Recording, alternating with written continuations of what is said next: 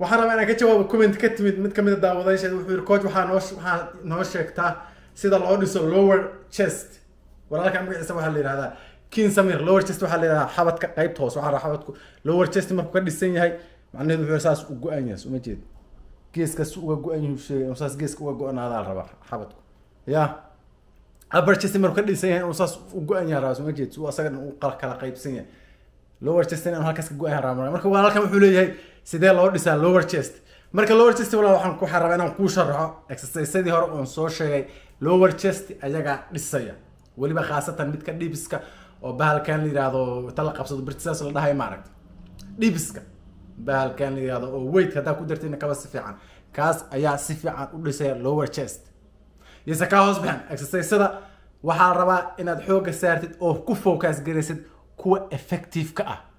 kuwa muhiim ka ah aniga waliga lower chest ma sameeyo cable xuna maanta dhan saas la leeyahay bir xuna maanta dhan saas la leeyahay mid kale oo saas la leeyahay mid kale oo saas la leeyahay waxaas aniga isku madaali exercise-ka waxaa rabaa kan wax gala oo quality leh inaad xooga saartid baa rabaa walaalkiisa ka hoos baxay ya noloshan wax kasta oo bahalkan la yiraahdo inaad aqoon u leedahay fiican inaad waxa nolosha macnaha marka ka hadlayo waxa weeye waxyaabaha aan macnaha badan lahayn inaad iska ignore garaysid waxa muhiimka ah awoodda saartida fiican waxa xigmadaas oo ku celinaya nolosha iyo gymka marka laga hadlayo waxyaabaha muhiimka awoodda saar waxa aan macnaanta iska ignore garay marka exercise-adan ku sharxay shantii xabo video hore uga hadlay walaalkay King Samir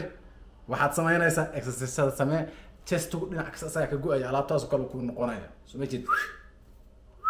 in kasta uu ka dhismaya soo ma jeed ani ma sheegay hada body builder tahay oo aad stage nin fuulaya tahay hadda nin stage fuulaya tahay Sheekh Axmed kuma uu caawin karo Sheekh Axmed body builder ma Sheekh Axmed bahalkan afartaas shay meesha u taalo ku tareen garaya gym aad